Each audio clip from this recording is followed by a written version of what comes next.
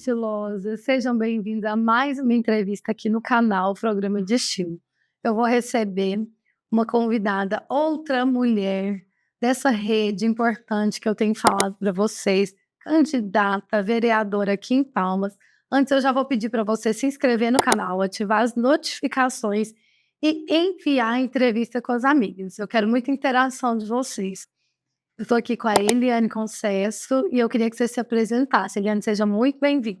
Obrigada, Mônica. É um prazer estar aqui participando do seu canal. Já acompanho, já assisto e sei o quanto importante é para a nossa cidade um canal ativo como esse, trazendo sempre novidades para as mulheres. Eu me chamo Eliane Concesso, já estou aqui em Palmas já há alguns anos, sou professora, sou neuropsicopedagoga e agora estou como candidata a vereadora aqui para o município de Palmas. E querendo aí pleitear uma vaga na Câmara Municipal, representando aí as mulheres do nosso município. Estamos muito felizes com a representatividade. Eu estava aqui antes falando com você, né? O quanto é importante essa representatividade da mulher, de uma professora. Conta pra gente. Você está há quanto tempo aqui em Palmas?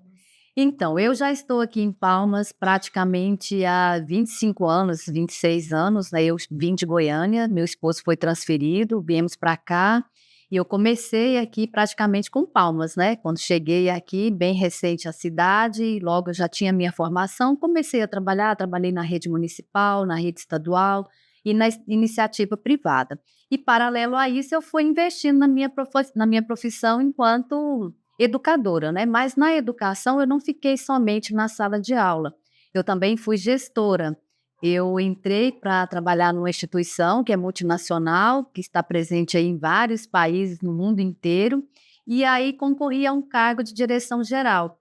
E fiquei por muitos anos nessa direção geral, sendo gestora dessa instituição e batalhando para poder outras mulheres também terem essa oportunidade de concorrer a cargo de gestão em instituições maiores, né, onde a maioria dos homens são os diretores, são os gestores. Liderança e carreira feminina também é algo que a gente quer ver por aqui, né? É liderança e carreira feminina, né? Conquistar um espaço que às vezes é mais restrito para a figura E feminina. o mercado tradicional, ele por muito tempo foi masculino, porque tem aquela preconceito, a mulher engravida, tinha todo esse preconceito. E hoje não, hoje a gente já vê mais representatividade, mulheres na liderança. É bonito ver esse movimento. Sim, com certeza. E hoje tem muita flexibilidade, né? Hoje as mulheres conseguem administrar a sua vida pessoal, administrar a maternidade, conciliar a escola, filhos, trabalho, né? E outras atividades, formações também, né? Porque eu, enquanto gestora, eu tive muitas formações fora do estado, então você viaja constantemente.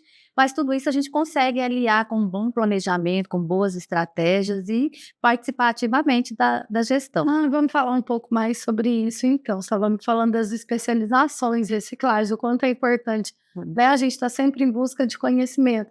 E aí você buscou mais conhecimento, vai fazer mais uma especialização em neurociência. Isso, não só em neurociência, né? Dessa minha trajetória, eu fiz alguns cursos na área de gestão, como MBA, como analista de gestão escolar, e fiz também um mestrado intercultural, fiz fora do país, e busquei também um curso na área de neurociência, né? Então, eu sou analista do comportamento ABA e sou neuropsicopedagoga. Então, são focos que, mesmo eu estando na gestão da educação, eu sempre me preocupei com o bem-estar, com a saúde emocional das pessoas. Eu acredito, Mônica, que o desenvolvimento da pessoa, ela perpassa por 3 pilares importantes. A pessoa não se desenvolve somente cognitivamente, a gente precisa evoluir emocionalmente. Hoje nós sabemos que as pessoas mais bem-sucedidas são aquelas que têm uma inteligência emocional mais bem preparada. E não só a inteligência emocional, mas também os aspectos afetivos, as relações sociais, as relações de comunicação. O cognitivo é muito importante, mas esses são fatores que são essenciais para uma pessoa ser bem desenvolvida. E como hoje nós vivemos numa sociedade em que tem muitas crianças e tem adolescentes e adultos, às vezes com comprometimento nessa parte emocional, nessa parte das habilidades sociais, eu resolvi estudar, estudei por muito tempo, retomei um antigo curso, estou terminando o curso de psicologia, justamente para agregar um pouco mais nesse meu fazer e na área da neuropsicopedagogia, da neurociência, porque o meu propósito também é atuar nessa área e poder ajudar assim, as pessoas a melhorarem um pouco a sua condição de vida, O que te ter mais motiva qualidade a de vida. voltar A estudar? à psicologia? Então, o que mais me motivou foi que, dentro da pandemia, eu vi e percebi, né, o quanto as pessoas se isolaram mais, as pessoas se fecharam, as pessoas passaram a não ter mais facilidade de lidar com o sofrimento, com as perdas. Isso virou uma situação de estresse, de ansiedade, porque todo mundo teve um medo repentino de enfrentar uma situação difícil, de enfrentar a própria morte, né, morte dos familiares. Então, isso mexeu muito com as pessoas, além do isolamento, né? Ao contrário do que muitos pensavam, quando passar a pandemia, todo mundo vai se aproximar. Mas, pelo contrário, muitas pessoas fizeram, foi se isolar ainda mais e conectar muito no mundo da internet.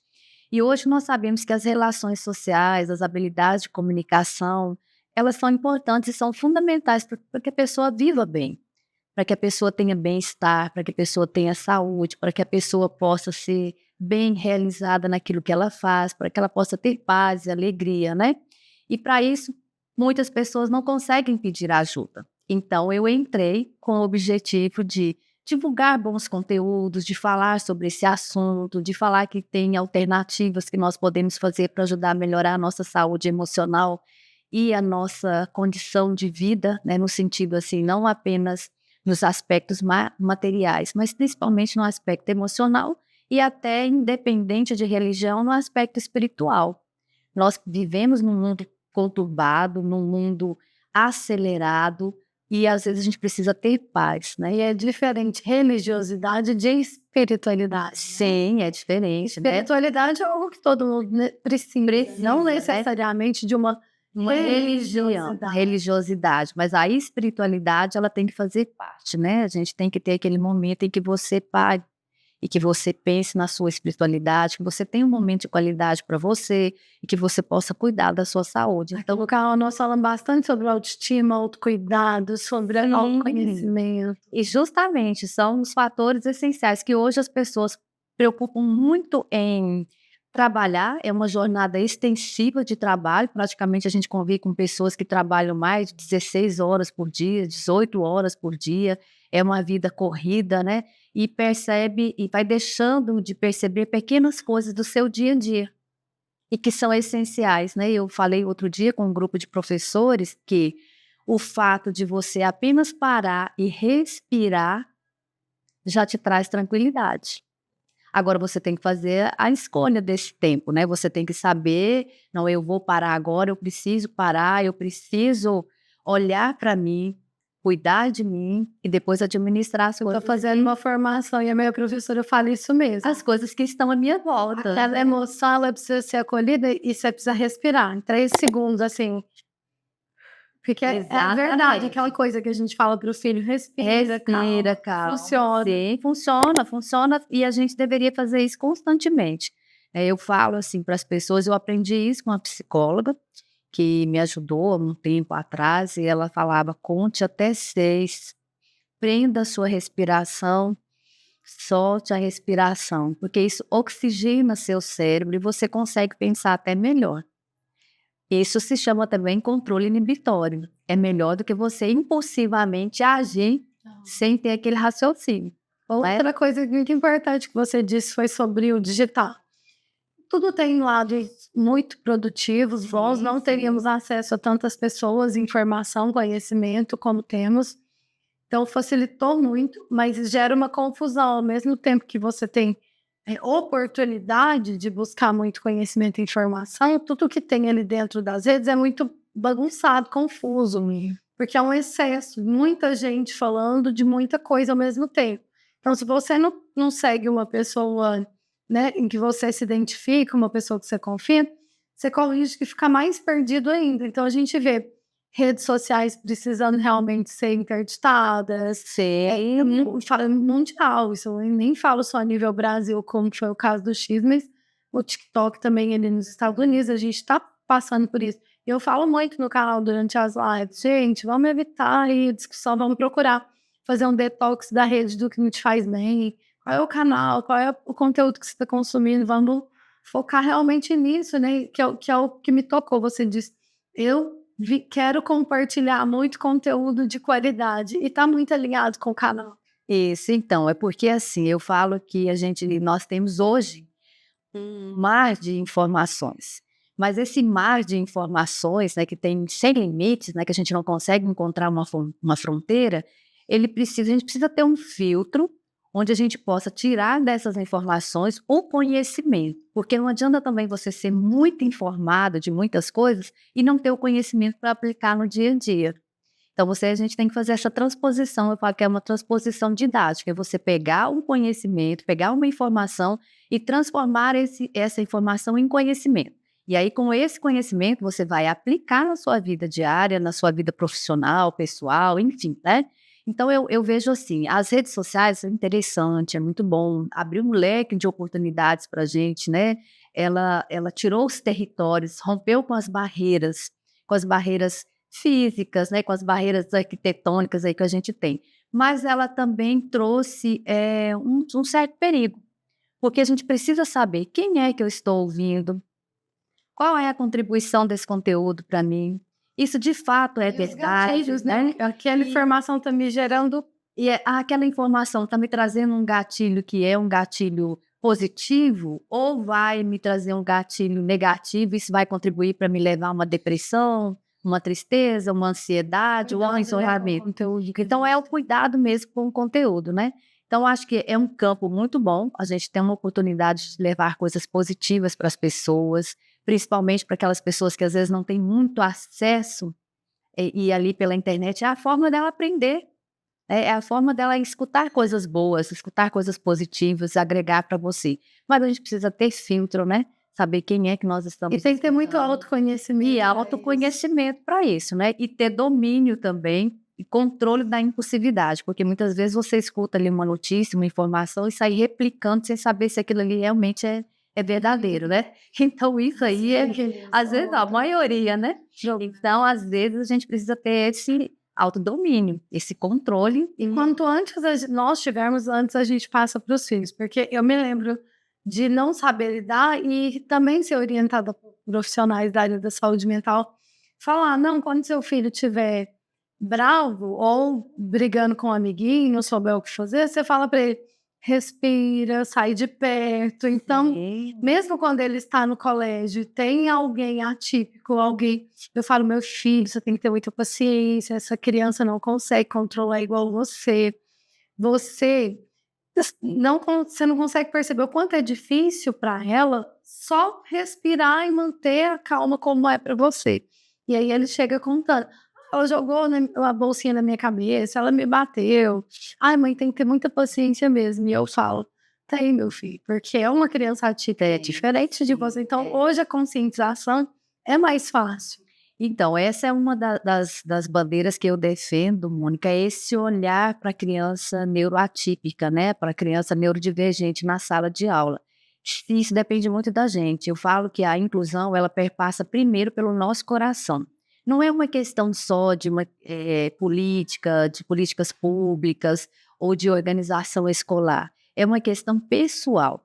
Então, esse trabalho de sementinha começa em casa. A gente ensinando para as nossas crianças, para os nossos filhos, para os nossos netos, nós precisamos conviver com o que é diferente com as pessoas. Todos nós somos diferentes. Aí, se você começa a trabalhar com seus filhos em casa a questão do respeito, a questão da tolerância, e aí é onde entra as habilidades socioemocionais, que agora, depois de muito tempo, e aí vem aí a BNCC que vem trazendo isso agora, mostrando a importância da gente trabalhar não só os aspectos cognitivos de desenvolvimento da criança, mas trabalhar os aspectos emocionais. Nós precisamos desenvolver nas nossas crianças a empatia, a solidariedade, o respeito, né, a compreensão, é ser uma pessoa assim proativa, é ser uma pessoa que respeita a diferença, que saiba conviver com aqueles que não são iguais a você. E esse é um trabalho que começa na escola, começa na família, começa com essa educação dos pais, né. Então hoje os pais, eu vejo, né, muitos pais, que já começam a ensinar isso para as crianças, que já se preocupam com isso. Querem que seus filhos tenham um bom desempenho acadêmico, né, tenham resultados significativos, mas também que sejam pessoas boas, que sejam pessoas diferentes. E é esse tipo de conteúdo que eu defendo. Eu tive acesso a primeira vez a esse conteúdo através da escola. Meu filho, aos 2 anos, teve a oportunidade de ter um programa do Augusto Cury que chama Escola da Inteligência, Escola da que é socioemocional. Sim. Então, ali com acesso àquele material, é que eu fui ter acesso à gestão das emoções. E hoje eu tinha 35 anos, eu nunca tinha ouvido falar de gestão socioemocional nem na escola, nem em casa, nem em lugar nenhum. Então, eu aprendi com o meu filho, dentro da escola, com o programa, e hoje eu consigo, ele com 8 anos, compartilhar muito daquilo que eu vi, porque às vezes ele esquece, né? Eu tinha 2 aninhos, mas eu não, então eu consigo reforçar aquilo. E você vai reforçando e preparando, né? Preparando para ele desenvolver essas habilidades, que às vezes não é só responsabilidade da escola, é responsabilidade também da família. Se a gente olhar no campo da educação, a gente tem lá várias habilidades e competências que devem ser desenvolvidas na criança, começando lá da educação infantil até ela terminar a educação básica. E dentro dessas competências, 10 são habilidades socioemocionais, são competências emocionais, que é aquilo que eu falei agora há pouco com você. O ser humano ele tem várias dimensões que precisam ser desenvolvidas para ele ser bem-sucedido. Então agora a gente percebe que todas essas dimensões elas estão juntas, elas estão atreladas. Há alguns anos atrás a gente preocupava só que a criança aprendesse a ler, a escrever, né, dominar essas operações. Hoje não, hoje a escola se preocupa que a criança desenvolva certas atitudes e certos comportamentos que vão fazer a diferença para ela no convívio com as pessoas, né? Então assim é muito importante isso que você está dizendo e eu valorizo muito as escolas e as propostas, né? Tem o Augusto Cury, tem o Alessandro, que desenvolvem trabalhos nessa área que podem ajudar as escolas, podem ajudar o professor também e as famílias, né? No sentido de orientar. Eu vejo, inclusive, na rede pública já, né? Escolas Sim. adotando esse material. E é muito importante. Muito importante, ele tem que fazer parte da rotina, né? Então, assim, eu enquanto professora e candidata aí também, essa é uma bandeira que eu quero defender. Eu acredito muito na formação do professor. O professor ele tem que estar preparado hoje para lidar com as crianças que nós temos hoje, que as crianças estão extremamente evoluídas, as crianças já chegam na escola com uma bagagem muito grande de conhecimento Excesso de estímulo mesmo. A vida é diferente, excesso de estímulos, elas já têm assim, elas estão numa fase pronta para um desenvolvimento pleno, com muita vontade de aprender, então nós precisamos mais do que nunca investir na formação do professor, que o professor tenha essa formação para lidar com as habilidades socioemocionais, com essas competências, lidar também com as crianças neurodivergentes, mas para isso a gente precisa de políticas públicas, porque o professor quando ele faz o curso de pedagogia, ele faz a sua graduação, infelizmente não é contemplado todas essas disciplinas. O professor não é bem preparado para lidar com essa realidade na sala de aula. Então, o que nós precisamos fazer? Nós precisamos desenvolver bons programas, bons projetos, que o professor seja capacitado até mesmo para fazer os pequenos diagnósticos. Quando o professor é bem preparado, ele consegue perceber se aquela criança está com um probleminha auditivo, se aquela criança está com um probleminha visual, se ela está com um comportamento, às vezes, que não condiz com o comportamento da sala. Natural também. Comportamento natural, da naturalidade, dentro daquela faixa etária. Não é que ele vai fazer um diagnóstico, mas o professor é capaz de ter essa sensibilidade, essa percepção de olhar e falar, essa criança não está tão normal como reagindo de acordo com o natural, né? Então ela vai chamar a família, ela vai recomendar um médico, né? Então a gente precisa investir nessa formação do professor, investir nessa capacitação, ter políticas públicas. Uma bandeira que eu defendo é que a gente tenha também um apoio para as famílias. Hoje as famílias das crianças neurodivergentes, elas encontram muitas dificuldades. É muito desafiador, é complexo, porque elas lidam com questões que não é só a escola, a criança precisa de outros recursos, né? Outros tipos de acompanhamento, transporte, um acompanhamento médico, são terapias sem restrição alimentar, então elas precisam de terapias, elas precisam de fono, né? Elas precisam de um psicólogo, muitas vezes. Então, assim, a gente precisa ter políticas, né? Nós já temos políticas, mas as políticas precisam ser mais bem direcionadas e mais bem aplicadas para que as famílias tenham esse suporte. Inclusive, um dos meus projetos é que a gente tenha em Palmas casas de apoio para essas famílias. Porque a criança ela tem o direito de ficar na escola, de permanecer na escola. Mas aquele período, e depois que ela sai da escola, ela precisa ter um suporte, a família precisa ter um suporte, até mesmo para os pais terem continuidade, poder trabalhar. Né? Porque o que a gente percebe é que muitas vezes as mães, elas, né, e alguns pais também, pais são obrigados às vezes até a abandonar seus empregos para poder cuidar da criança, porque falta um pouquinho desse suporte, dessa estrutura, né? E isso tudo é questão da gente estabelecer boas políticas públicas, né? Essa rede de apoio ela é necessária, ela é fundamental, não dá para a gente pensar como antigamente, mas o mundo não é mais como era antes, hoje é uma realidade e nós precisamos entender, acolher e ser rede de apoio realmente. E assim, com esse fato da gente ter uma rede de apoio, aí nós estamos realmente promovendo a inclusão.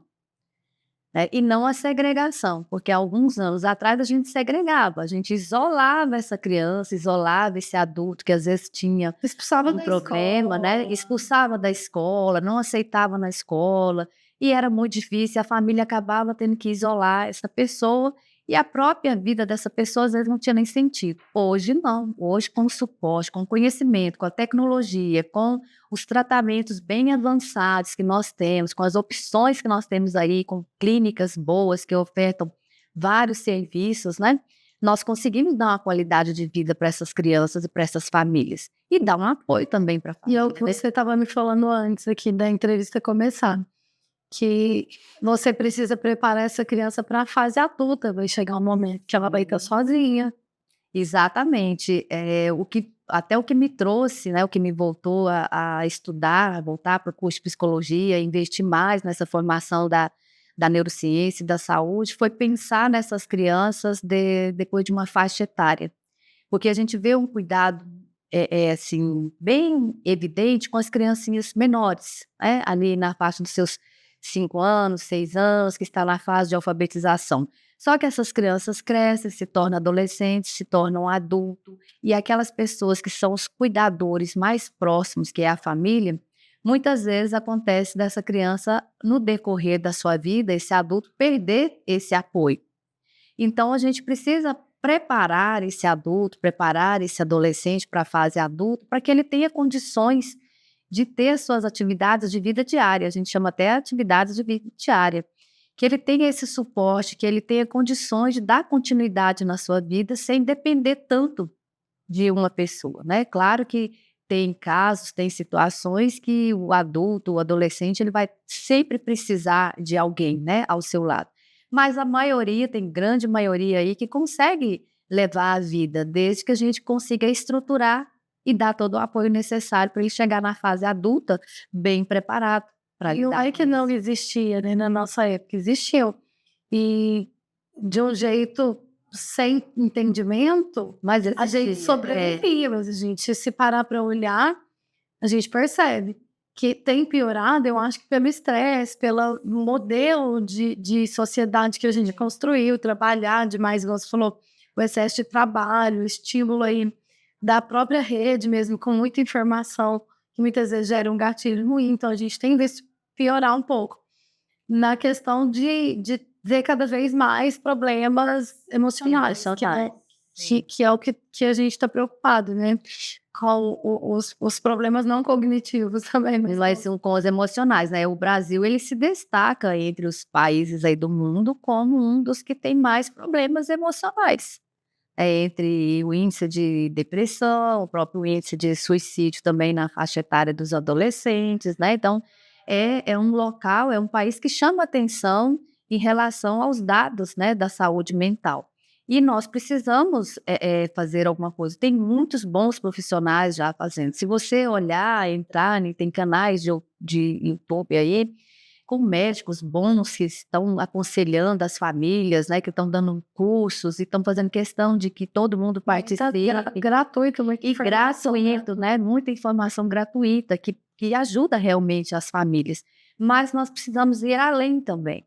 Nós precisamos pensar, começar a pensar no nosso meio, no nosso redor, aquelas pessoas que nós podemos atingir, que está aqui do nosso lado, que muitas vezes a gente não percebe. Às vezes a gente pensa assim, não, eu vou fazer determinada ação e ela vai repercutir em tal lugar. Mas às vezes a gente precisa aqui. Do nosso lado tem alguém precisando. Sabe que eu aprendi com uma professora em Uberlândia, Maria Conceição.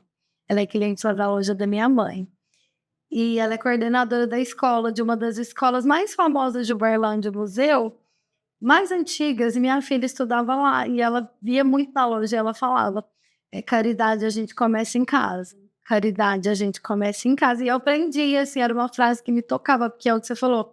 Às vezes a gente pensa em ajudar o outro, mas não começa de dentro de casa dos Não começa próximos. dentro de casa dos próximos. Exatamente. Então, assim, é muito importante. Essa é uma habilidade que nós temos que desenvolver, que é a dimensão, por exemplo, da solidariedade, que é a dimensão da empatia, né? Você se colocar no lugar do outro. Então, você pensar assim, não, eu posso fazer algo diferente se eu estou sentindo aquela dor do Se outro, né? fosse comigo, Se fosse comigo, eu ia gostar, né? Então, e aí a gente tem que estar sempre aberto, né, receptivo a ajudar, fazer grandes campanhas. Mas esse olhar à minha volta, tem pessoas precisando de mim e coisas simples. Às vezes a pessoa não quer muito, a pessoa quer apenas falar um pouquinho, ser escutada, né? Ou quer um aperto de mão, ou quer um exemplo assim que eu gosto muito de dizer, diga aí, fala que eu tô te ouvindo. Não, eu aprendi com a minha filha, com a psicóloga dela, um abraço. Quando eu estava muito brava lá em casa, falando num tom diferente, a minha filha olhava para mim e falou: você quer um abraço? E eu achava até estranho, mas ela veio da psicóloga. E é algo que às vezes você só está precisando. Só está precisando de um abraço, porque aquilo ali faz com que a pessoa desmonte, né? Porque a pessoa está assim, né, já está pronta, já está armada. E na hora você para, porque você não está esperando aquela reação da criança ou até mesmo de um adulto. Você quer um abraço? Eu posso te ajudar, né? Então, se são pequenas coisas, são pequenos gestos que a gente pode fazer no nosso dia a dia aí, que ajuda bastante e melhora significativamente a saúde mental. Além de bons profissionais, né? Porque existem situações em que a pessoa realmente precisa de orientação profissional, né? Além de escutar coisas boas nas redes sociais, mas procurar a ajuda de um bom profissional E também. tem muito isso entre nós, entre amigas, entre mulheres. A gente tem muito essa troca mesmo, né? Que é importante ter amigas nesse lugar, que você compartilha, às vezes, que você acha que só você que está passando por aquilo. Só você que tem problema com os filhos, na escola, ou financeiro, ou no emprego. E quando você se abre, você tem essa troca. Eu vou te indicar o meu especialista aqui. Procura o meu terapeuta. Isso aí é importante. Isso é uma rede de apoio. Isso é uma rede de apoio entre amigos, né? Às vezes você não pode resolver o problema, mas você pode indicar para aquela pessoa alguém que pode ajudar, né? E isso é muito significativo. Isso é a dimensão também da solidariedade. Isso é a dimensão também do aspecto humano, é você se importar com o outro. Eu não posso muito, mas eu posso indicar, eu posso levar, eu posso acompanhar até um determinado profissional, né? Eu posso pedir para o profissional dar uma devida atenção para aquela pessoa.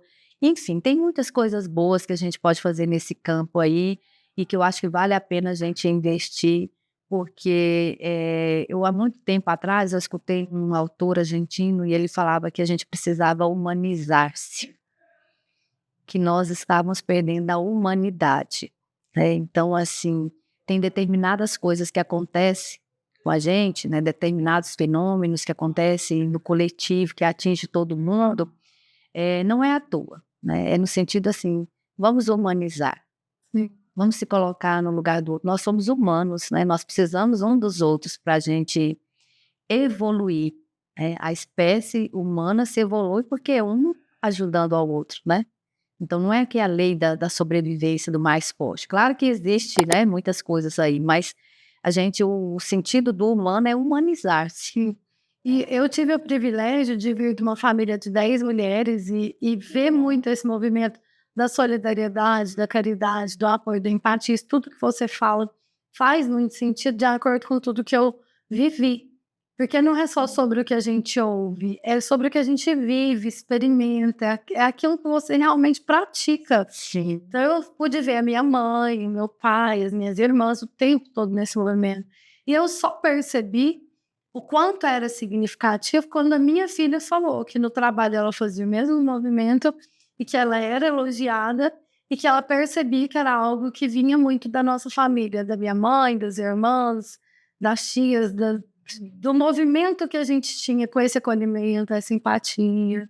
E aí a gente fala, não, vamos transbordar isso para as amigas, porque é isso que a gente precisa, de um mundo assim, acolhedor. Sim, do mundo acolhedor, né? A gente está aqui para acolher as pessoas, né? E nos acolher. Quando você acolhe alguém, você praticamente está se acolhendo também. É porque quando você acolhe Né? o outro, você está se curando. Você se cura ajudando, né? Então é um movimento que às vezes as pessoas assim, não percebem quem é. Ah, eu estou fazendo para o outro, mas não estou ganhando nada em troca. Não, pelo contrário, você está ganhando muito, porque você está se autocurando, você está se perdoando, você está abrindo mão, você está deixando de pensar em você mesmo, está deixando o egoísmo de lado. E muitos dos conflitos que você ajuda o amigo a superar, você está superando. Você está superando E você supera ajudando o outro, né? Então, isso é muito interessante. Esse campo é uma bandeira assim, que eu acredito que a gente precisa trabalhar muito, começando com as famílias, começando nas escolas. A gente precisa ter essa evolução, né? De pensar o ser humano em um patamar diferente. Pensar o ser humano assim, para ser um ser mesmo humano, para ser um ser assim cuidadoso, né? Para não ser um objeto. A gente não pode se tornar um objeto para o outro. Eu fico muito feliz de ver esse movimento, principalmente das mulheres, professoras, a Ruth mesmo falando da gastronomia, que é algo também. Quem nunca foi apaixonado em uma professora ou uma merendeira da escola, Sim. que é algo muito significativo para a gente ali na infância. Eu me lembro de ser completamente apaixonada pelas merendeiras e pelas professoras. Era algo assim como família, era algo que a gente tinha como. Isso é assim, essa faixa etária das crianças, elas têm muita sensibilidade, né? Então, a gente marca a vida das crianças. Uma professora afetuosa, uma professora carinhosa, né? Uma merendeira, alguém da escola que tem muito esse amor, esse carinho, ela marca para a vida inteira da criança. A criança vai lembrar, adulto vai estar lembrando de uma professora que foi muito querida, né? De um professor ou de alguém da escola. É a fase da sensibilidade, que eles estão sensíveis, eles são muito afetivos, eles são muito amorosos. Então, tudo isso gera marcas. Aí fica registrado ali na memória da criança e vai a vida. A memória afetiva é a mais gostosa. E a memória afetiva é mais gostosa. Por exemplo, você pode ter certeza que às vezes você passa muito tempo sem ver um familiar, sem ver sua mãe, você chega em casa, só o fato de você sentir o cheiro da comida que a sua mãe ou algum familiar está preparando, você se remete lá à infância. Ah, na minha infância, minha mãe... Todo fim de semana eu falo com a minha amiga, nossa, que eu queria que minha mãe estivesse aqui pertinho de mim. Ela está em Minas, 1.200 quilômetros. Pois é. E eu falo, eu queria tanto minha mãe aqui perto também, porque ela chega com marmitinha, comidinha da casa E aí, sim, aí você já... aí ninguém volta com mais. Se você remete, né? A memória te leva lá naquele período de afetividade, que você teve marcas que deixaram registrada a presença, a comida, uma sobremesa, né, algo bom, um abraço, um carinho, um gesto. Então, isso tudo fica na nossa memória afetiva. E é engraçado, né? Porque teve outra coisa que você disse que me tocou, que eu tenho percebido cada dia mais, que realmente, antes a gente avaliava currículo. As pessoas e o mercado avaliavam o currículo para contratar.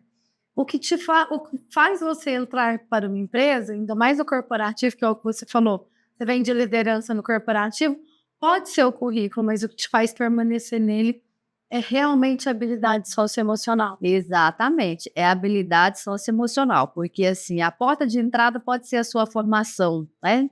A sua formação acadêmica, a sua experiência de trabalho, mas é o seu dia a dia, né? É a sua forma de administrar situações do dia a dia, é o seu posicionamento, é a forma como você interage com as pessoas, é a forma como você resolve um conflito, é a forma como você se relaciona com as pessoas diante de dificuldades, porque quando está tudo bem, todo mundo consegue se relacionar bem, né?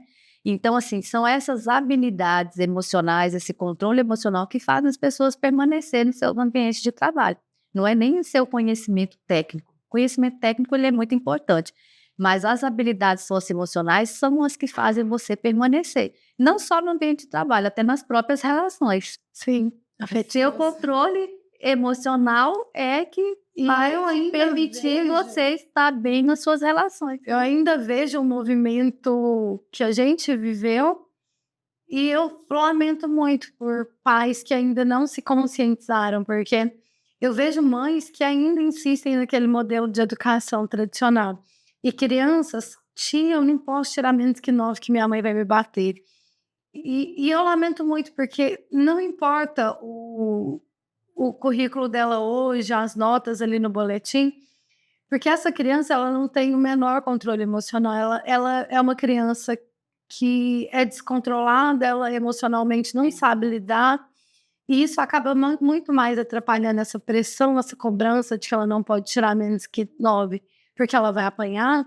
Isso acaba mais atrapalhando ela enquanto adulta do que ajudando, porque o que ela devia ter era uma segurança. Poxa, eu não consegui aquela nota que eu queria, mas próxima vez eu vou estudar mais, eu vou conseguir uma nota melhor. Então, eu tô sempre aquela mãe no movimento de que, ô meu filho, hoje não foi legal, vamos estudar mais um pouquinho, vamos ver o que, que a gente pode fazer. Não, mas é treinando que você fica bom, principalmente no esporte, ele é muito do esporte. Mas a gente sabe que tem aquela pressão e aquela cobrança da própria criança que a gente tem também, né, de querer ser bom, querer ser o melhor o tempo todo, e que vem muito disso, da falta do acolhimento ali, ó, de falar Bem sim, e assim, infelizmente a gente ainda tem, né, muitas famílias que acham que o mais importante é somente o desempenho acadêmico, né, que o aluno seja bem-sucedido academicamente, que ele ingresse num bom curso, né, que ele seja um profissional renomado depois, um bom profissional, mas esquece que para ele ser um bom profissional, ele tem que ter habilidades emocionais, porque senão ele vai ser apenas um profissional que vai ali ter uma satisfação talvez financeira, né, satisfação do mercado, de trabalho e tudo, mas também vai ser aquele profissional que não vai ser importante na vida das pessoas, né. Então eu vejo que a gente precisa ainda trabalhar essa mentalidade. A gente tem que ter bom desempenho acadêmico, a gente tem que ter bom desempenho, a gente tem que superar os nossos limites, a competitividade tem que ser com a gente mesmo, né. Hoje eu não fui tão bem, mas eu vou me esforçar para amanhã eu ser melhor do que eu fui hoje, não melhor do que o outro, melhor do que eu não consegui ser hoje. Mas eu preciso também pensar que eu tenho que ser uma profissional, uma excelente profissional, mas eu tenho que, quando a pessoa que estiver no meu ambiente de trabalho, que ela saia e fala: "Não, ele me vê como uma pessoa". Essa profissional cuida realmente de mim. Essa pessoa fez diferença na minha vida, né. Então a gente precisa trabalhar outras habilidades com as crianças para elas irem crescendo e percebendo que a gente precisa ser diferente, né. A gente não pode ser mais aquele profissional que em 2, 3 minutos você faz uma consulta. para ganhar mais, porque Pra 15 ganhar mais. minutos você atende, já vem o próximo, e aí você não olha Você pra atende, pessoa. você não olha, você não tem aquela interação com a pessoa, você não quer olhar a questão no todo, né, o porquê, o que está por trás daquela doença daquela pessoa, ouvir, dar a devida atenção, né. Então acho que essa Muitas vezes formação a gente passa anos em busca de algo sem saber o que é, pela pressa, né. pela pressa, justamente pela pressa, né. Então são aspectos assim, Mônica, que eu acho que é fundamental a gente desenvolver nas pessoas, né. Então cuidar da saúde mental, ela é fundamental, e hoje esse cuidado ele começa não é só com os adultos, ele tem que começar com as Primeira crianças, infância, né. na primeira infância. A primeira infância é extremamente importante na vida de qualquer pessoa. A primeira infância é a base de tudo para a formação, né, dessa criança como um bom adulto lá na frente, sem traumas, né, sem feridas, sem problemas emocionais, então tem que começar por ali. Com menos, assim, sem eu acho que não é possível.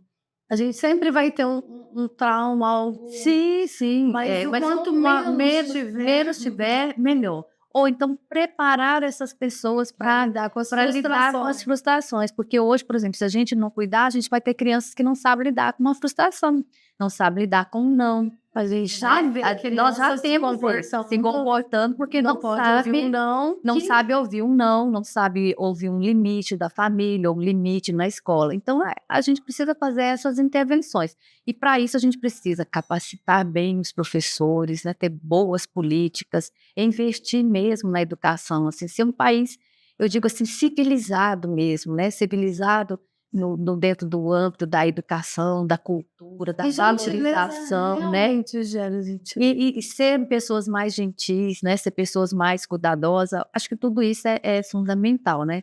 Essa é uma bandeira que eu defendo, cuidar muito aí da educação, da saúde emocional do professor, de outros profissionais também, de pessoas que precisam, né, ter esse cuidado.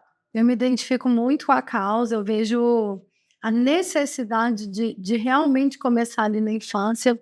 Eu também faço uma formação que fala do perfil comportamental, então você reconhecer linguagens do amor na criança, perfil comportamental, alguns detalhes que já te fazem perceber por que que ela é mais tímida, por que que ela é mais falante, por que que ela é mais líder, por que que ela gosta só de fazer a tarefinha e ser a melhor. Então, assim, a gente aprender a reconhecer qual é o perfil de cada aluninho dele. Exatamente, é aquilo que eu falei, se a gente consegue capacitar bem o professor, dar uma formação adequada, o professor consegue perceber essas características individuais que existem na sala, que são muitas e são, né, diversas ali, consegue perceber uma característica atípica também, consegue aproveitar melhor os talentos e incentivar, porque nessa faixa etária da primeira infância, pré-adolescência, adolescência, o papel do professor é tão fundamental quanto o papel da família. Você pode ter certeza que muitas vezes, né, você tem crianças, as crianças podem falar assim, não, a professora disse. Vou fazer como a professora disse. Com certeza, na hora da tarefa, quem manda é a autoridade, é a referência para ela. Não, ela sabe tudo, né? Minha professora que sabe. Meu filho, né? vou fazer assim, não. Não, a professora falou que é assim. Então, assim, é uma referência muito grande. Então, se o professor é bem qualificado, ele é bem preparado, ele consegue ajudar a desenvolver esses talentos todos que nós temos por aí. E nós estamos vivendo uma era de crianças talentosas. As crianças extremamente inteligentes, comunicativas, as crianças são habilidades motoras diferentes. As crianças parecem que está faltando só nascer falando já, porque já estão sabendo aí dançar, fazer de tudo um pouquinho, né? E a gente tem que aproveitar esse potencial para direcionar esse potencial para que essas crianças, né, tenham. E cada um tem habilidade diferente. Então, realmente, o meu filho tem uma camisetinha de voluntário. E ele gosta porque quando ele vai, a professora pede para ele ajudar. E ele compartilha sempre que ele é o ajudante da professora. Então, a gente já sabe que ele tem essa habilidade, que vão ter crianças que não. E reconhecer onde cada um quer estar mais presente, impactar essa criança de forma que ela se sinta valorizada, que ela se sinta importante. Isso é bacana, isso motiva a criança a querer fazer mais, né? E a gente tem aí em grandes países aí a questão do voluntariado, que você tocou aí, que é muito interessante. O voluntariado é critério de desempate para um aluno entrar numa grande universidade. Né, eu recordo sempre aqui, quando o Marcos Pontes, né, o astronauta, foi selecionado na NASA, ele disse que um dos critérios, né, um dos pontos, dos pré-requisitos dele, foi que ele fazia um papel de voluntariado. Ele sempre desenvolveu, né, uma atividade de voluntariado. E a gente aprende tanto. Então, isso são questões que a gente tem que levar para dentro da escola. Você já pensou se todas as escolas trabalhassem com voluntariado? Fizesse um rodízio na sala de aula, para que cada dia um fosse o voluntário e ajudasse os colegas. Eles fazem, eles têm as camisetinhas. Né? Então, a criança que vai com a camisetinha, ela está se candidatando a ser o voluntário. Então, ele está se colocando a serviço do próximo, né? Então, assim, isso é muito bacana. E a gente tem que valorizar essas iniciativas, né? Eu fico muito, muito feliz mesmo de ver. A empatia, que foi algo que você citou também, ver isso na prática é muito bonito entre as crianças, porque às vezes ele chega compartilhando histórias e um dia ele me falou, ai, a minha amiga estava triste porque fez um desenho que não ficou bonito, ela falou que desenhava muito mal. E aí ele falou, não, mas você é tão boa na aula de educação física, na dança, olha aqui isso que você faz, tipo... Ele falando pra ela que ela não era boa em uma coisa, mas era boa em outra coisa, né? E aí a menina abraçou ele, ele ficou todo feliz. Então, isso é reconhecer. E aí eu falo assim, que é uma questão que a gente tem que trabalhar com as crianças também, saber elogiar o outro. Você não tem que ser constantemente competitivo. Então, se você sabe que seu colega faz uma coisa boa, elogia, né? Elogia o colega, valoriza aquilo ali que o colega está fazendo. E assim como ele fez, isso é um exemplo de uma pessoa que elogia, mostrou para ela que ela tem aptidões importantíssimas, mais importantes que fazer um desenho, né? E assim, isso é gratificante. Eu fico muito feliz quando ele compartilha essas historinhas, porque eu sei que é muito da educação, que é da oportunidade que ele teve, do privilégio que ele teve, das escolas, das boas escolas que ele passou. E eu gostaria que todas as crianças tivessem essa oportunidade, porque eu sei que o fato dele desenvolver capacidades específicas emocionais vieram da formação que ele teve, que se todas as crianças tiverem Essa oportunidade, sim, também vão ter, né? E vão ter outro patamar de desenvolvimento, né? É muito importante. vai ser uma geração muito mais saudável emocionalmente. Muito mais saudável emocionalmente, né? Porque a gente tem que cuidar, porque se não houver certas intervenções, né, a gente tem aí um público que está muito ligado somente a telas, né? E poucas interações com as pessoas de fato, né? Então, assim, nós temos que criar ambientes, criar oportunidades de interação, de socialização, de situações que a criança possa colocar em prática a empatia, a solidariedade, o relacionamento, né? Sair um pouco do virtual. É importante, a gente tem que agregar esse valor, né, das telas, do digital, da tecnologia, tem, mas nada supera uma interação pessoal. Não, e eu vou te dizer mais, realmente nessa formação que eu estou fazendo, a gente aprende que você tem que ter interações sociais significativas. Sim. Mas não é nem uma questão de excluir uma coisa ou outra. Eu sempre tive o cuidado de preparar o Cadu para a era tecnológica, porque ele é uma criança que nasceu muito conectada. Com 3 aninhos, ele fazia vlog em casa, falando assim no celular com todo mundo. Que ele não tem acesso ainda à rede social, mas ele estuda na Super Geek, que é uma escola de programação e robótica. Por quê? Porque até para estar na rede, ele precisa estar qualificado, ele precisa ter domínio daquela educação tecnológica. Sempre foi a aula preferida dele na escola. A gente colocou extracurricular, mas ao mesmo tempo, ele também pratica uma atividade física, ele sempre tem um esporte para socializar. Então, ali quando ele convive com os meninos, ele já fez tênis, futebol, judô, basquete, xadrez. Então, você vai mesclando. Vai mesclando, sim, para não perder essa interação, né? Essa interação social, assim, de proximidade também. As duas coisas. Disciplina, porque disciplina, com certeza.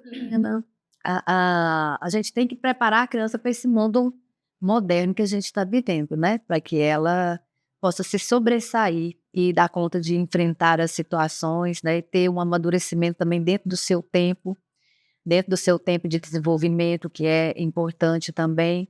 E assim, agregando, né? Cada dia você vai dosando aquilo que é mais importante e mesclando, né? Você vai mesclando um pouco da tecnologia, um pouco do presencial, um pouco do que tem nas redes, da atividade física, da atividade física, né? Outras coletivas. Há uma questão importante que a gente tem que resgatar com as crianças também, que na escola precisa ser bem resgatado e está aí em todos os documentos curriculares do país, é a questão do brincar intencional, né? Nós precisamos resgatar com as nossas crianças o brincar. Hoje a gente sabe que uma grande maioria das crianças não tem essa oportunidade de brincar. Tem uma agenda tão cheia de atividades, tão cheia de afazeres, né? Além da escola, além de esporte, mais isso, aquilo, e esquece, às vezes, do brincar. O brincar intencional mesmo, o brincar.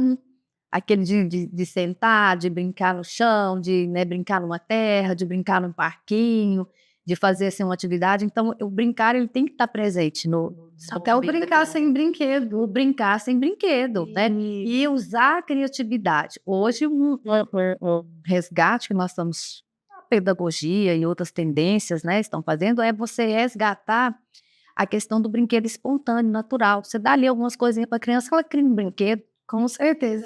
Você tá gerando ali uma criatividade. Será que você vai no parque, a criança pega um pedaço de pau e é espada. E é espada, e é alguma coisa. Então, assim, é proporcionar, não é encher a criança de brinquedo. É dar condições para ela brincar, para ela produzir o seu. E se você entregar um papel e caneta, a criança tem que ter criatividade, a mente, para lidar com aquilo de alguma forma. Sim. E eu acho muito bacana, porque na minha casa não tem muitos brinquedos, o meu filho chega com papel e caneta, jogo da velho, aprender um jogo da barata. Exatamente. Então ele vai criando os jogos, ele vai criando os jogos. Quando ele cria os jogos, ele faz um movimento muito interessante que está dentro dessa categoria do brincar, que é criar as regras. E quando ele cria as regras, depois ele sabe as condutas, ele sabe as regras que a gente tem que cumprir na sociedade. Mas onde começa essa criação das regras? No próprio brincar. Isso pode, isso não pode, isso vale, isso não vale. Então ele começa desde pequenininho a criar suas próprias regras, os combinados, e depois ele vai amadurecendo, ele vai entendendo a importância da gente ter determinadas regras, determinadas normas, determinada conduta. Mas ele aprendeu de uma forma natural. O que são as normas sociais? O que são as normas sociais, né? O que são essas que são importantes. Com certeza, precisamos. Não dá para deixar assim também cada um livre, não dá, né? Sim, somos uma democracia, sim, temos o livre-arbítrio, mas nem tudo nos convém. Nem tudo a gente pode, né? Nem tudo a gente pode, nem tudo Tudo é permitido, mas nem tudo né? A gente não pode partir por esse lado aí, né? Então, assim, são situações, a saúde emocional, a formação do professor, a criança neuroatípica, né? A criança neurodivergente, são bandeiras, né? Eu não digo nem assim bandeiras, são questões que sempre me inquietou e que sempre eu, na minha trajetória profissional, eu sempre tive um olhar muito atencioso, né, para esse lado. Eu fui professora há muitos anos, estive muitos anos na sala de aula, então eu conheço a realidade da sala de aula. Eu sei o que é lidar com uma criança que tem dificuldades de aprendizagem dentro da sala de aula, que tem dificuldades, né, de outras habilidades, né, que impede o seu pleno desenvolvimento. Eu sei o quão importante é a gente ter o suporte para trabalhar com essa criança. Como neuropsicopedagoga, eu sei a dificuldade que os pais passam para poder dar uma qualidade de vida melhor para uma criança que tem determinada dificuldade. Então, a gente precisa se colocar no lugar deles, e é por isso que eu defendo essa bandeira que a gente tem que investir na formação do professor, a gente tem que ter um olhar para essa inclusão diferenciada dentro da escola, ter políticas públicas que favoreçam a criança a ingressar, permanecer e participar. A criança precisa participar da sua vida escolar. Incluir, entrar na escola, tá, você faz uma matrícula, você está dentro da escola. Permanecer dentro da escola, eles permanecem o tempo que for necessário. Mas participar, estar no meio, ter atividades para eles dentro da escola, né? Um projeto, uma ideia que eu tenho, Mônica, é de, por exemplo, para as crianças neurodivergentes, é fazer uma substituição da educação física, que é importante e tudo, mas colocar a psicomotricidade para essas crianças. Colocar a terapia ocupacional para essas crianças, porque, assim, são atividades que vão ter mais sentido para elas do que a própria aula de educação física, que é muito importante a aula de educação física, mas para uma criança atípica, uma psicomotricidade, uma terapia ocupacional vão fazer muito mais sentido e vão trazer muito mais benefícios para a criança do que uma própria aula de educação física, né? Sim. Então, a gente tem que ter iniciativas e pensar em projetos que vão realmente mais modernos, mais atuais. Aí que a gente fazer essa releitura, é o que você falou, reciclagem de tudo já que precisa ser adaptado ao mundo moderno, né? Então, assim, é fazer um compilado de todas as coisas boas que a gente tem condições de oferecer, colocar em prática, né? Que, assim, ter a boa vontade de colocar em prática, executar, né? Assim, que a gente possa, de fato, executar, garantir que aquilo aconteça lá na escola, aconteça nas famílias, que as famílias tenham o suporte, tenham o apoio,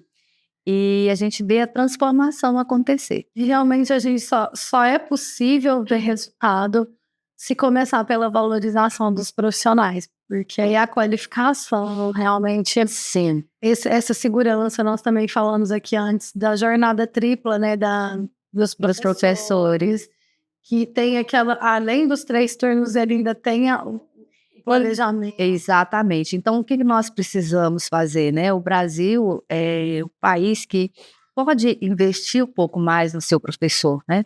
Ele pode, a gente tem iniciativas privadas em que o professor realmente tem um salário bem diferenciado, né, de outros, né? Isso a gente não consegue ter um parâmetro, fazer uma média, mas a gente pode ter bons programas que valorizem mais o profissional da área da educação, tanto na questão de remuneração mesmo, quanto na questão de valorização dessa profissão.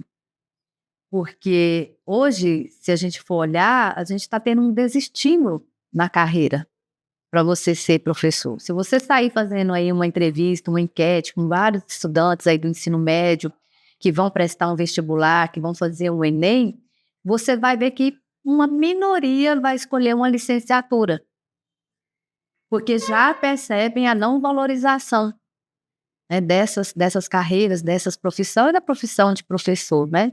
Então, assim, é investir no professor, é investir no seu reconhecimento profissional, na sua valorização, na sua remuneração financeira, é investir na condição de trabalho, porque a gente precisa dar condição de trabalho também para o professor. É o mínimo possível a gente tem que ter dentro de uma sala de aula para que o professor possa desenvolver um bom trabalho, né? Então, é investir num bom plano de cargos e salários, é investir em horas, atividades para que o professor, dentro daquela jornada de trabalho dele, ele consiga fazer os planejamentos das atividades dele, porque o professor trabalha em 2, 3 escolas, ele chega em casa no quarto turno, eu digo assim, no quarto turno, né, na madrugada, em horários assim, bem difíceis, o professor vai se organizar, vai planejar, ou então o professor passa o feriado, sábado e domingo, sempre preparando as boas aulas, as atividades, né? Família. Além de casa, família, a vida que ele tem, né? Então, se o professor ele tem tudo isso, ele tem uma formação, garantia de formação, ele tem condições de trabalho, ele tem ali o horário dentro da sua jornada para que ele possa fazer de fato o seu planejamento e um horário para que ele possa estudar, porque o que acontece hoje também com a grande maioria dos nossos professores é não ter o tempo para o estudo. Então, o professor, ele quer fazer um mestrado, ele quer fazer um doutorado, ele quer fazer uma boa especialização, ele quer fazer uma segunda graduação, mas ele não encontra tempo dentro da sua jornada de trabalho para fazer tudo isso. Então, a gente precisa ter políticas que garantam ao professor o tempo, né, e as condições financeiras para ele agregar essa formação continuada e permanente na carreira dele, né? Eu sigo o humorista, o Diogo Almeida. Eu sigo também. Nossa, eu fico olhando o que ele fala, porque a gente sabe que é verdade. E eu ri, mas é de desespero, de preocupação. Eu falo, como? E assim, ele traz de uma forma, assim, bem dentro da comédia, né, fazendo assim, tirando fazendo uma sátira daquilo ali tudo, né, mas é a realidade. Sim, a gente sabe que É a realidade, né, é a realidade de uma forma, assim, lúdica, brincando, fazendo umas piadas, mas ele quer dizer ali pra gente alertar. A realidade tanto que ele fala, eu vou ser o maior canal de educação do Brasil. e então, assim, aquilo ali é uma realidade. A jornada do professor, uma grande maioria, é daquele jeito, né? Sem pensar, sem deixar de pensar nas escolas, por exemplo, de zona rural, que esses professores devem ser também muito mais bem assistidos. Estão distantes dos grandes centros, estão distantes de recursos, estão distantes de tecnologias, muitas vezes não têm um acesso a um sinal de uma internet para fazer uma pesquisa, um bom trabalho. Eles estão lá numa sala, né, multisseriada. O que é essa sala? Com vários níveis de criança, em várias faixas etárias, né, em várias séries e ano escolar. Então, assim, precisa de um apoio muito grande para que esse trabalho chegue lá no campo Nós também. estamos aqui no Tocantins. Eu tive a oportunidade de visitar uma aldeia aqui do lado, de Palmas, semana passada. E a primeira coisa que nós observamos quando a gente chegou foi a pergunta da minha amiga: por que a escola está fechada? Não está tendo aula? O que aconteceu? Cadê os professores? E o que está acontecendo? Cadê a escola, né? Então, e A aí escola fechada. a escola os meninos- fechada, os meninos sem aula, né? Então, assim, a gente tem que olhar o que está acontecendo também com esses professores, com essas crianças distante do grande centro. Distante, por exemplo, da cidade. Porque se na cidade já está difícil, Já está difícil. imagina no Você interior. olha no interior e você olha na zona rural. criança, às vezes, que tem que andar 2, 3, 4 quilômetros para chegar numa escola. A criança, às vezes, que fica esperando o ônibus não chega para pegar essa E que criança. não tem a pra levar. refeição também. Que não tem refeição. A criança que chega lá na escola para passar um dia todo, não tem uma merenda adequada. Não tem né? casa muitas vezes. Não tem em casa. Aí ela vai para a escola naquela expectativa de que lá ela vai ter uma refeição, chega lá não tem essa refeição. Então, assim, a gente tem que ter esse olhar também para o professor da zona rural. Olhar essas crianças, olhar as condições de trabalho desses professores na zona rural, dar o suporte, né? Ter programas específicos para a escola da zona rural. E na cadeia, realmente, você acolhe o professor, você já está acolhendo o aluno. Quando você acolhe o aluno, você já está acolhendo a mãe. Então, Sim. é sistêmico. É sistêmico. Então, assim, é um olhar muito abrangente. E é um olhar que ele exige, assim, eu falo, sensibilidade de quem está na gestão. Sensibilidade está na gestão de olhar. Eu tenho que fazer o melhor, o diferente ali. Para aquela região, para aquele local, para aquela família, para aquela criança, para aquele professor, né? E assim, eu fico muito feliz quando eu vejo uma pessoa que sai lá de uma zona rural, de uma escola, e ela consegue, né? E são poucos, mas ela consegue fazer uma trajetória e ingressar numa universidade, com todo esse sacrifício, e se tornar difícil. Porque é difícil, Tem muitos que não passam por tantas provações e ainda não conseguem. E ainda não consegue, né? E ainda não consegue. Então, assim, essas pessoas, elas são... a gente tem até que fazer um estudo, porque elas têm muita resiliência, elas têm muita perseverança, elas têm realmente habilidades sociais, porque elas têm foco. Eu quero estudar, eu vou ser alguém, e a educação vai me transformar. E acreditam nisso e bom, né? Mas isso, se a gente for contar entre milhares, é poucos. Mas já pensou se a gente consegue dar oportunidade para todo mundo que está? Para a maioria? Quanto não seria bom? Estou muito otimista, espero ver muita mulher aqui nas novas eleições de 2024, que a gente deu uma mudada, assim, nos ares. Acho que a gente está precisando olhar mais para as crianças, para as mulheres, para as mães, então que venham mais propostas de pessoas. Quero pedir para você deixar a sua rede social para todo mundo te seguir. Ah, sim, muito prazer. Eu quero deixar aqui no meu Instagram, Eliane Eliane C.P. Borges, aliás. Eliane C.P. Borges. Nós vamos colocar aqui. E do Facebook é Eliane Concesso. Então, acompanhe as propostas, Sim, lá nas minhas redes sociais eu tenho colocado bastante vídeos sobre as minhas propostas. Elas são amplas, né? Mas eu dividi em 5 categorias para facilitar até a compreensão de todo mundo. É formação dos professores, é educação inclusiva, é desempenho acadêmico, é incentivo para um programa voltado para os idosos, né? Que nós temos que também pensar nessa população idosa que está aí, que precisa se interagir nesse mundo totalmente tecnológico que nós estamos vivendo, né? E também na saúde emocional dos professores, na saúde emocional dos idosos, porque a gente precisa lidar com sentimentos, a gente precisa lidar com os idosos. Eu tenho proposta, por exemplo, para a gente lidar com a questão das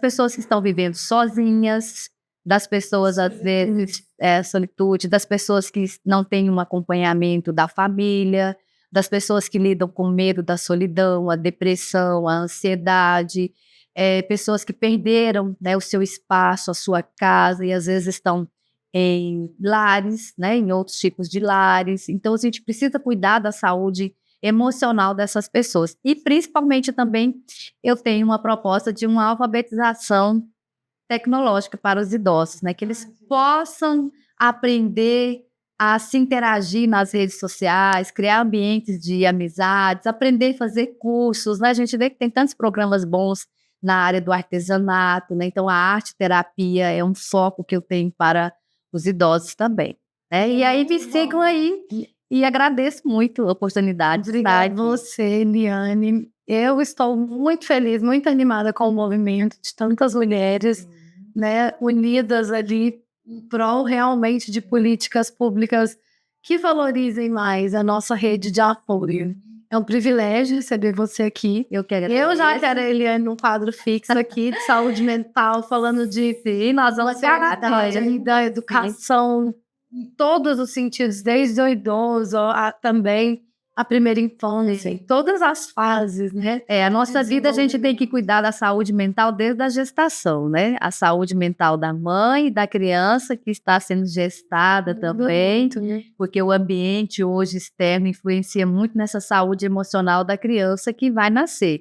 Então a gente já tem que ter toda uma preparação. O estresse, o hormônio, E o gestação já influencia, né? E agora outros fatores também que a gente precisa ajudar para que essa criança nasça bem, né? Já nasça assim com uma certa equilíbrio, né? Eu já vou te convidar para participar aqui, né? Ter uma playlist específica para falar. Sim, vamos organizar. Tenho o maior prazer de vir. Eu já acompanho. Querem. Diga aí que querem, Comentem gente. aqui para gente. Comentem aí, porque eu vou estar presente aqui com a Mônica e a gente pode trazer temas interessantes, né? Começando pelo nosso tempo, pela gestão do nosso tempo, o autocuidado, a gestão do nosso tempo, o olhar sensível para nós mesmos. Esses dias eu falei com os professores, né? Se não está bem, tudo bem. A gente merece ter esse tempo e não tem problema a gente falar que não está bem.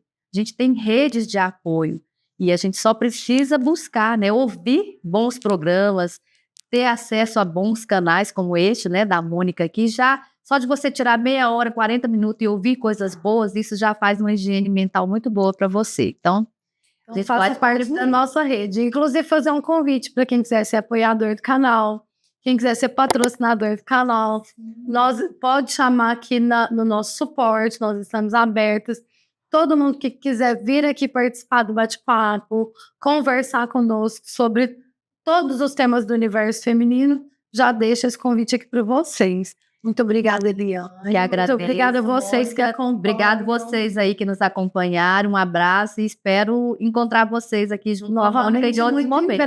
Tá? E se inscrevam no canal e enviem a entrevista para aquela amiga que você sabe que gosta de um conteúdo de qualidade. Um beijo para vocês e até semana que vem.